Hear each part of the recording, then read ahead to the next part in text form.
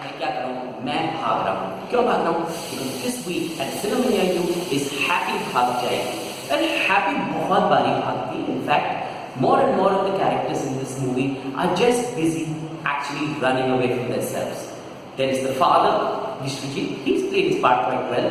There is also the lover, Guddu, he's also played his part quite well, and they're all running after Happy, who's busy running away from her prospective bride. And of course you know who that is. In case you don't know, you just need to reference Tanu Weds Manu. And who does not get the bride? Dun, dun, dun. This man. Well, this man is at it again, and he's not got the bride all over again. So, Happy to bhag gayi, but her prospective bride does not actually fit.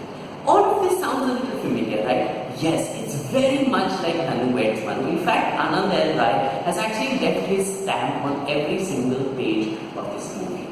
As far as the writing is concerned, I think that the script was written well. It's got extremely cool, witty lines in it, which is nice. But the story, especially in the second half, is all over the countryside in Pakistan and finally in India. So you really don't know which way this movie is about to go. It's not as tight as it should be. It's not as tight as we've seen in Anand L. Rai movie. The other thing is, this is an extremely powerful character. Remember Geet? Jab we met, and then after that we had Tanu Weds Manu, where we had this really powerful kick-ass Tanu. Well, Daina Penty has not done a bad job. I'd say that for her. I think she's trying very hard. She's trying to get into the skin. But the effervescent Punjabi girl that is completely Punjabi, that is missing. The kick-assness, the in-your-faceness. No, Daina Penty is a little reserved as far as the movie is concerned. And since all of this movie rests on her shoulders, I think that that's something that Anand and his team should have looked at when they were casting for this particular movie, because it needs a kick-ass, powerful, in-your-face woman character that maybe this movie just doesn't have. The rest of the characters are quite cool. The songs are in place, though I would look for a nice wedding number that was actually wedding, because Singh's song comes right in the end after the credits, so that's not credited at all. So all in all, it's watchable.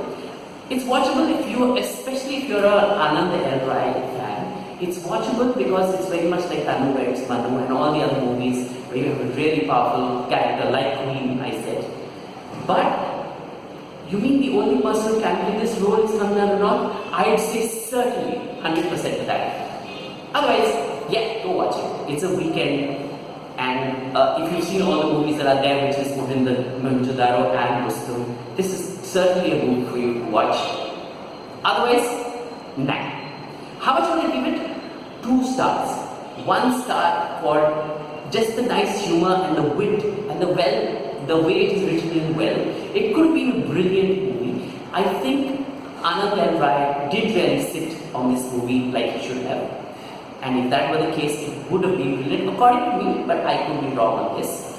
And so, that's all I have to say this week in the reviews. And we'll see you next week on the reviews. And till then, what you need to do, you need to follow Bollywood Pataka as I know.